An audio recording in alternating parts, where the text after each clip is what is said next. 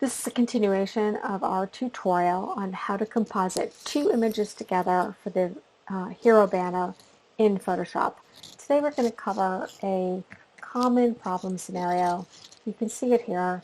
This is a fine image, but it's just not wide enough.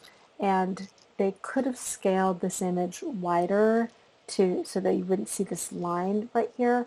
Then you'd be cutting off her hand or part of her head, so not ideal either. So we want to extend the image and get rid of that demarcation line. This is their look that they did. So they added a patch on the right, and we can just take this one step further to make it just a wee bit better, and I'm going to show you how to do that. So coming over to Photoshop, this is the original image. It's 800 by 400. Our target, if you look at this, it's 300 pixels high. So we need an 821 by 300 pixel image on that left side, plus the 379 on the right, which gets hidden underneath, this is simulated, the caption on the right. Okay, so our target is 821, but this is 400 pixels high, and it's not a bad crop. We can maybe crop a little bit out of the top. We'd like to get our hand in. So if we wanted to know what is that width going to be when it's scaled down to 300, this particular image, this is image size, and I'm just previewing a scale change. So if we scale this down to 300, it is 600 pixels wide. So at that scale, we would need 221. I'm just going to add some on the right, enough. We can scale it again if we need to, but go to Image, Canvas Size, click the right of the grid, and we're going to do plus, I don't know, I'm just going to do plus 240. So we're adding 240 pixels on the right side. And it adds some white there. I'm going to take that layer and I'm going to drag it over the plus, and I'm going to drag it again over the plus, and then I'm going to pick the magic wand tool, and while I have that top layer selected, select the white and hit delete on the keyboard. So I have deleted the white in that top layer. If we put in a box here, right? You can see it because it's in that second layer. So what we're going to do, just going to delete that. Actually, go to history. I'm going to delete it this way and go back to the deselect. So now, no more box. We did a double step undo kind of thing. Okay, so this is what we're going to do. We're going to stretch the image like they had done, but our goal is to not have that line. So let's take, let's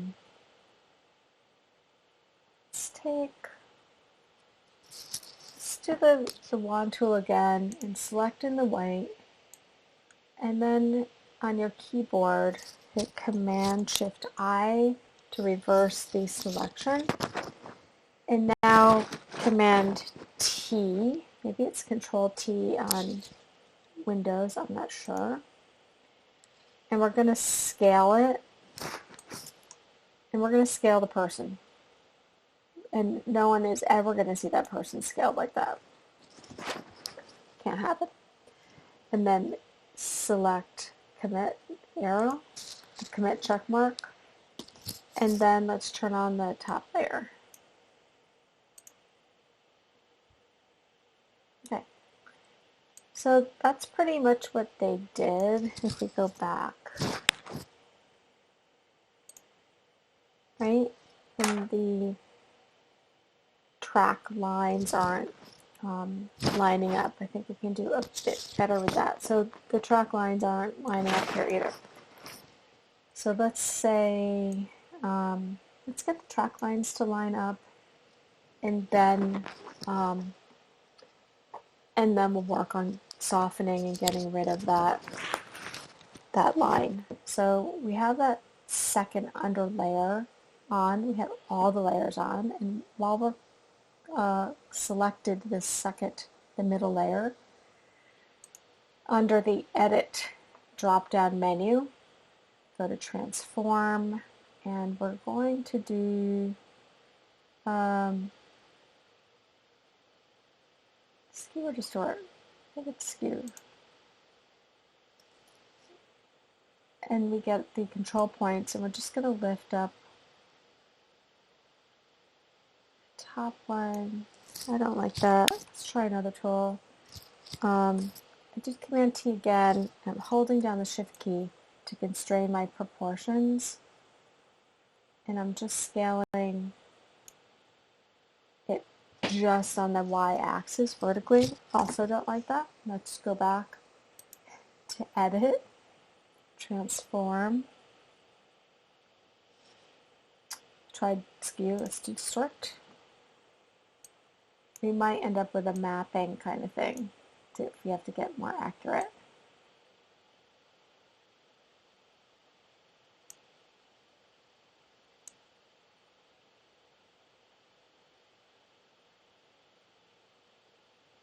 So we're getting the bottom ones. This one needs to come down a bit. Don't worry about the hole yet.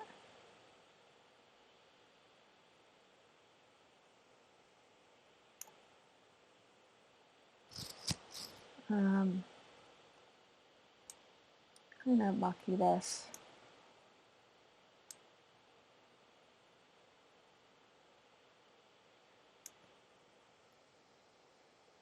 So I'm just pulling the different ones around to try to make it just look a little better.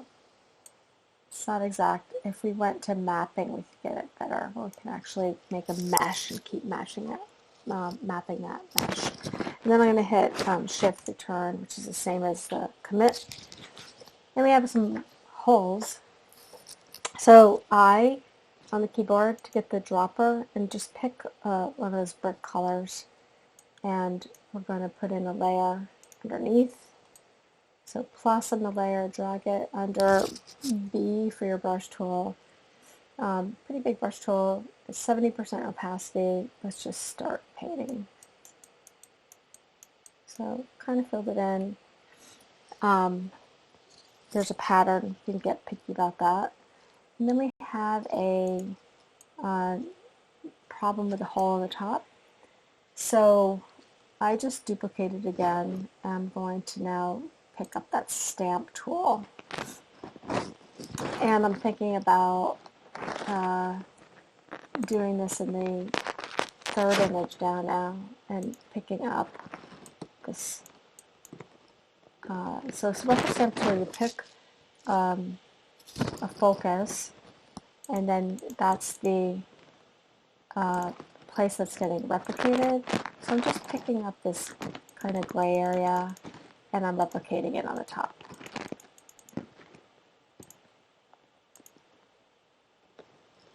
And I'm going to do that also to get rid of some of this person here.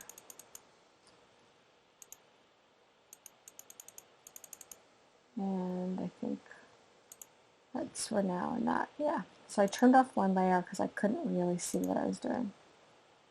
So let's go with this.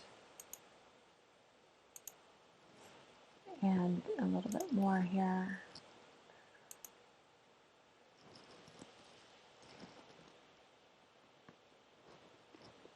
Mess.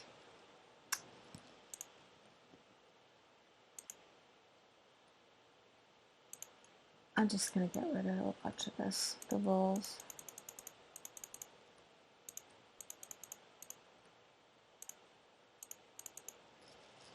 Alright, pretty quick and dirty.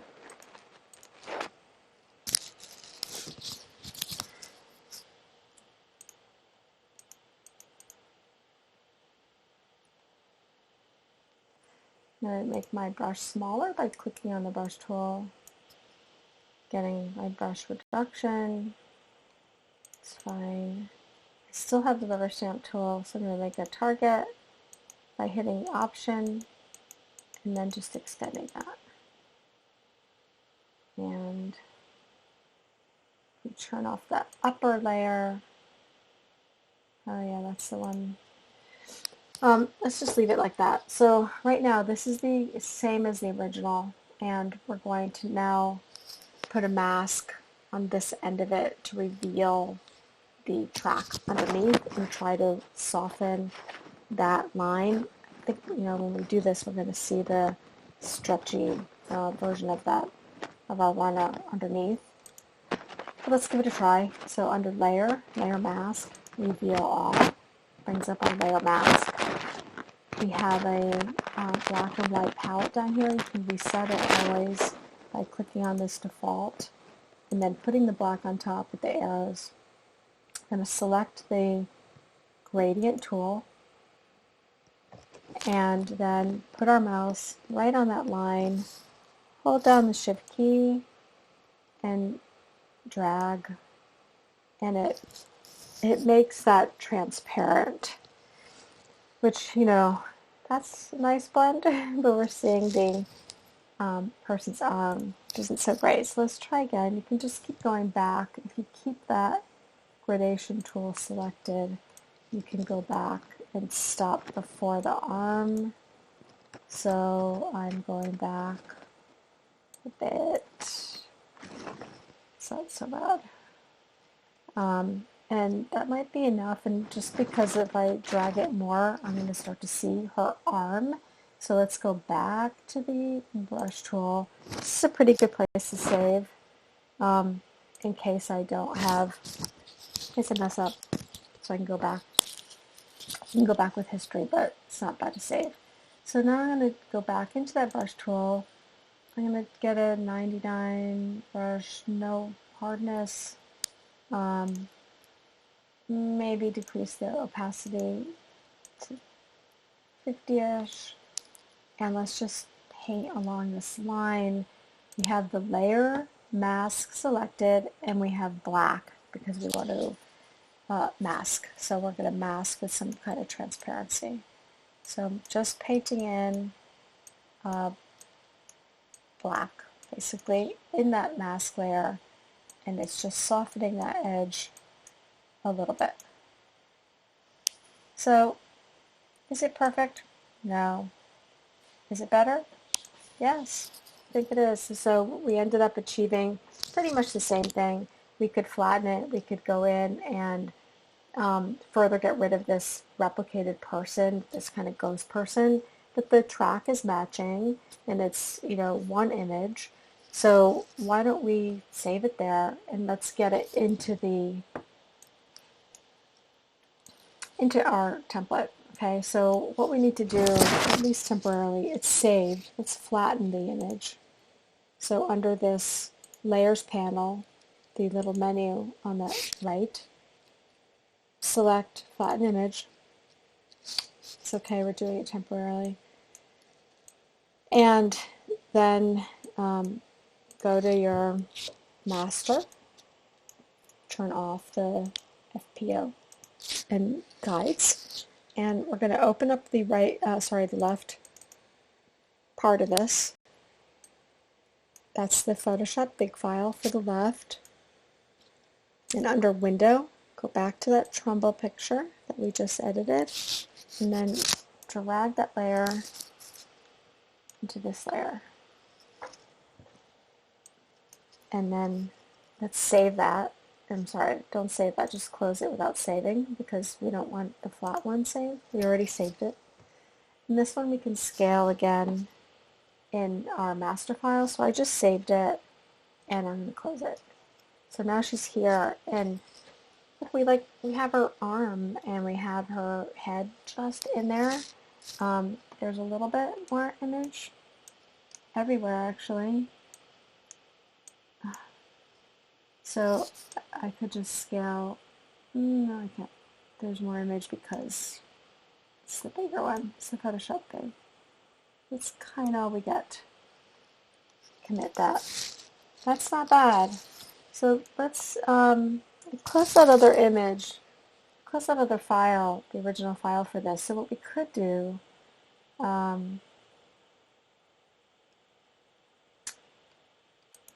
I probably shouldn't have closed it. So let's do Photoshop File, Open Recent. I'm just going to get that same image that I just closed. I really shouldn't have closed it, but I'm going to need to flatten it again. So I'm going to flatten it. And now we're going to do the same thing we did a second ago, but on the right, to get that track on the right. So here we go.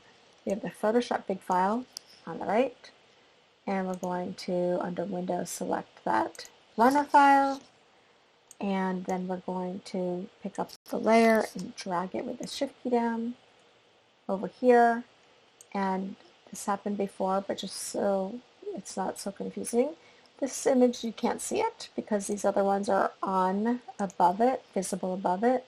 So I have turned them off, and I'm going to save it. And do not worry that this is teeny, small. We're going to scale it. And don't save that with the layers.